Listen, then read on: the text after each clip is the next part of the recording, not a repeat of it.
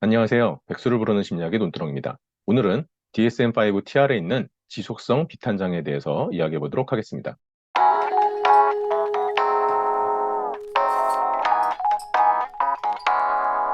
지속성 비탄장애란 DSM-5 TR에 새롭게 추가된 진단 기준이라고 되어 있고요. 지속적인 비적응적인 비탕 반응을 보이는 것으로 사별한 사람과 친밀한 관계가 있던 누군가의 죽음 이후에 진단될 수 있는 장애입니다. 가족이나 지인과의 사별을 경험한 사람들이 너무나도 긴 시간 지속적으로 부적응적인 양상을 보이는 애도 반응이 나타날 때 진단이 될 수 있는 장애라고 생각을 하시면 될 것 같습니다. DSM-5 TR에 새롭게 추가된 진단 기준이라고 이야기를 하고 있긴 한데요. 실상 보면 3편은 정식으로는 쓰고 있지 않는 그런 진단 기준이었고요. 그곳에 추가 연구가 필요한 진단적 상태에 포함되어 있었던 장애인 지속성 복합 애도 장애와 개념적으로 굉장히 유사하긴 합니다. 지속성 비탄 장애의 DSM-5 TR에 있는 진단 기준을 보려고 합니다.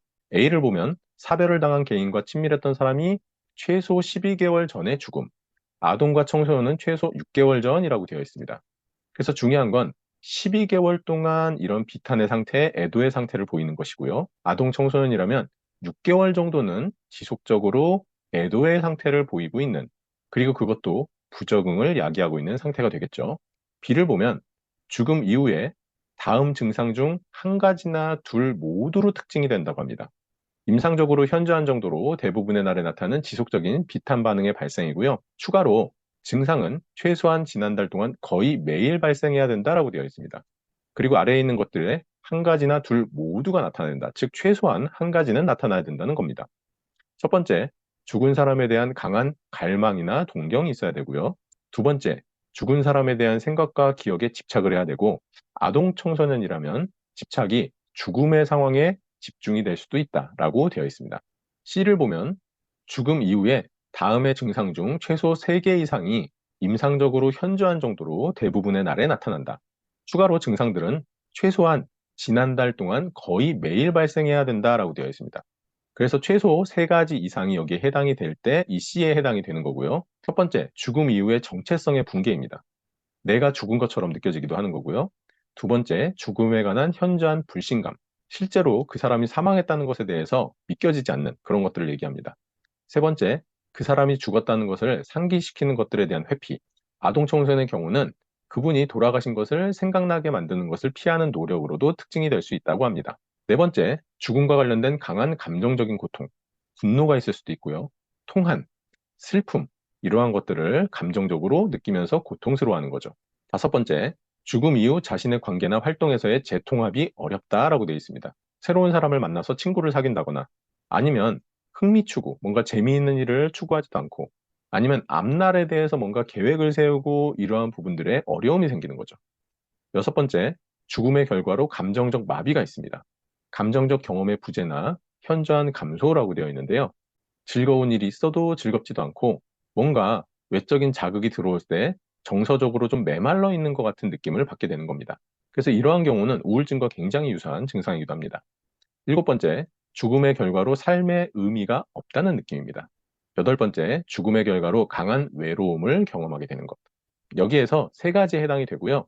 최소한 거의 매일 지난달 동안에 이루어진다면, 그리고 A의 진단 기준을 함께 보신다면 성인이라면 12개월, 아동 청소년은 6개월 이상 이러한 것들 중에 세 가지가 해당이 된다면 지속성 비탄 장애의 가능성이 굉장히 높아지겠죠. D를 보면 장애가 사회적, 직업적, 다른 기능력에서 임상적으로 현저한 고통이나 손상을 초래한다.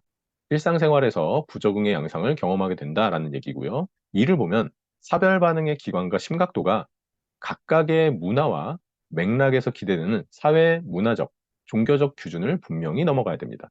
그러니까 사회적으로, 문화적으로, 종교적으로 볼 때 그거보다는 더 과하게 이분이 고통스러워하는 게 보여야 된다는 거죠. F를 보면 증상이 주요 우울장애, 외상 후 스트레스 장애, 그런 다른 정신질환으로 더 잘 설명되지 않으며 물질이나 다른 의학적 상태의 생리적 효과에 기인되지 않아야 된다고 되어 있습니다. 그래서 주요 우울 장애나 외상 후 스트레스 장애와 관련된 감별 진단도 필요하고요. 치료 약물이나 알코올 같은 걸로 인해서 이런 것들이 일어나는지 감별을 좀 해보셔야 되는 부분이 생깁니다. 지속성 비탄 장애의 특징들을 좀 살펴보면요. 부수적인 특징을 보면 부적응적인 인지를 하게 되고 죽음에 관해서 죄책감을 가지고 미래에 대한 기대 수명이나 삶의 목적이 감소하게 됩니다. 그리고 신체 증상을 경험하게 되는데 이러한 신체 증상은 죽은 사람이 경험한 것과 관련된 신체 증상을 경험하게 된다라고 되어 있고요. 자기 관리 및 관심의 감소와 관련된 위해한 건강 행동. 그래서 자신의 건강 관리를 하지 않는다거나 이러한 부분들이 여기에 해당이 됩니다. 죽은 자에 대해서 환청을 들을 수도 있는데요. 이 환청은 주로 돌아가신 분의 그런 목소리, 이런 것들에 대한 환청이 해당이 되고요. 정상적인 애도 과정, 정상적인 비탄 기간에도 나타날 수는 있는데 지속적인 비탄 장애의 증상이 있는 경우에 더 흔하게 나타난다고 합니다. 이러한 환청은 죽음과 관련된 사회적인 적체성, 목적의 붕괴와도 연관이 되고 분노감을 느끼기도 하고 안절부절 못하기도 하고 죽음에 대해서 다른 사람을 비난하기도 합니다. 수면의 양과 질의 감소로 인해서 지속적으로 피곤감을 호소하게 되기도 합니다. 위험 및 예우인자를 보면은 위험성은 다음과 같은 경우에 높아집니다. 죽음 이전에 죽은 사람에 대한 높은 의존성을 보였거나 아니면 아이가 사망을 한 경우, 그리고 폭력적이거나 예상치 못한 죽음을 경험하게 되는 경우, 그리고 경제적인 스트레스가 함께 있다면 지속성 비탄 장애의 위험성은 더욱 높아지게 되는 겁니다.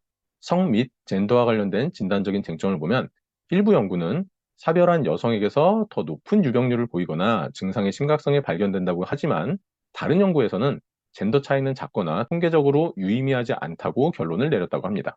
아직 이런 성이나 젠더와 관련돼서는 명확하게 어떻다라고 얘기하기 좀 어려운 상태인 것 같습니다. 지속성 비탄 장애와 자살 사고, 자살 행동과는 어떤 연관성이 있는지 보면요. 주요 우울증이나 외상 후 스트레스 장애를 경험하게 되는 경우에 이러한 영향을 어느 정도 배제를 좀 해도 자살의 사고의 위험성은 높다라고 되어 있고요.